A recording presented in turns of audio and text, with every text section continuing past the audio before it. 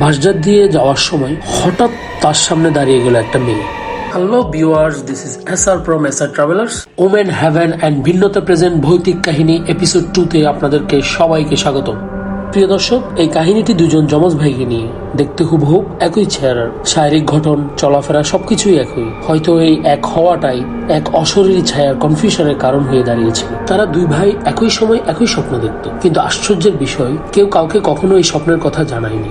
স্বপ্নে তারা দেখত দূরের এক পাহাড়ের চূড়ায় একটি মেয়ে বসে আছে। মেয়েটির চুল ছিল অনেক লম্বা, একেবারেই কালো। তারা স্বপ্নে অনুভব করত কোনো এক অজানা মায়া যেন তাদেরকে ডাকছে। এটাকে ইশারা দিয়ে ডাকা বলা হয় না, এটা ছিল এক ধরনের অদ্ভুত টান। দুজনেরই ইচ্ছে হতো ওই পাহাড়ে যেতে, ওই মেয়েটির কাছে যেতে। একদিন হঠাৎ একজন বলল, আমি এমন একটা অদ্ভুত স্বপ্ন দেখছি। অপর ভাই চমকে উঠে বলল, একই স্বপ্ন আমিও তো দেখছি। তারা রীতিমতো অবাক হয়ে গেল। বিষয়টা তাদের পরিবারকে তারা জানালো, কিন্তু পরিবার বিষয়টা তেমন গুরুত্ব সহকারে নেয়নি। আর ঠিক তখনই বড় ভাইয়ের সাথে ঘটে গেল এক অপ্রত্যাশিত ভয়ানক ঘটনা।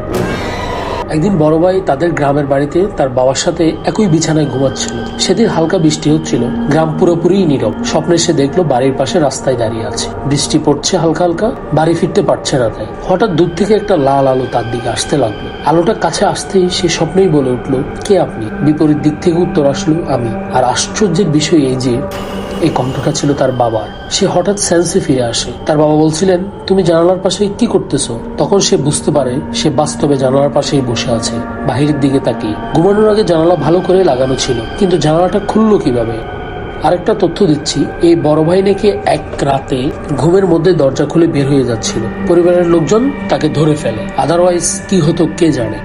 ছোট ভাইয়ের শৈশবের ঘটনা এই পুরো ঘটনার সাথে গভীরভাবে কানেক্টেড। প্রতিদিন তারা দুই ভাই একসাথে ক্রিকেট খেলতে যেত। একদিন ছোট ভাই একা বাড়ি ফিরছিল। বাড়ি ফিরতে হলে তারা একটি বাঁশঝাড় পার করতে হতো। মাগরিবের আজানের একটু আগে বাঁশঝাড় দিয়ে যাওয়ার সময় হঠাৎ তার সামনে দাঁড়িয়ে গেল একটা মেয়ে। মেয়েটির চুল মাথা থেকে পা পর্যন্ত লম্বা, তার পা মাটি থেকে সামান্য উপরে ভাসছিল। ভয়ে সে বাকরুদ্ধ হয়ে পড়ে। হঠাৎ মেয়েটি তার চারপাশে ঘুরতে শুরু করলো, হাওয়ার মধ্যে ভাসতে ভাসতে। সে কি করবে বুঝতে পারছে না। চোখ বন্ধ করে চিৎকার দিয়ে সোজা বাড়ির উঠানে চলে আসে। পরিবেশ সবাই বের হয়ে আসে, হুজুর ডেকে ঝাড়ফুঁক করানো হয়। ধীরে ধীরে সবকিছুই স্বাভাবিক হয়। এরপর আর তেমন কিছু হয়নি তার সাথে, কিন্তু এই ঘটনার পর থেকেই দুই ভাইয়ের একই স্বপ্ন দেখা শুরু হয়। আর বড় ভাইয়ের সাথেও ঘটে বিভিন্ন অদ্ভুত ঘটনা। আমার কাছে মনে হয় এই প্রতিটি ঘটনা একটার সাথে আরেকটা কানেক্টেড। বাঁশঝাড়ে চুলওয়ালা মেয়ে, ঘুমের মধ্যে হাঁটা, জানালার পাশে বসে থাকা, আর দুই ভাইয়ের একই স্বপ্ন। এই কাহিনী সত্যিই কোনো ব্যাখ্যা নেই। আপনাদের মতামত কমেন্টে জানাবেন। আজ এই পর্যন্তই। পরে আরো রহস্যময় সত্য ঘটনার জন্য আমাদের সাথেই থাকুন। ধন্যবাদ সবাইকে। আসসালামু আলাইকুম। সবাই ভালো থাকুন।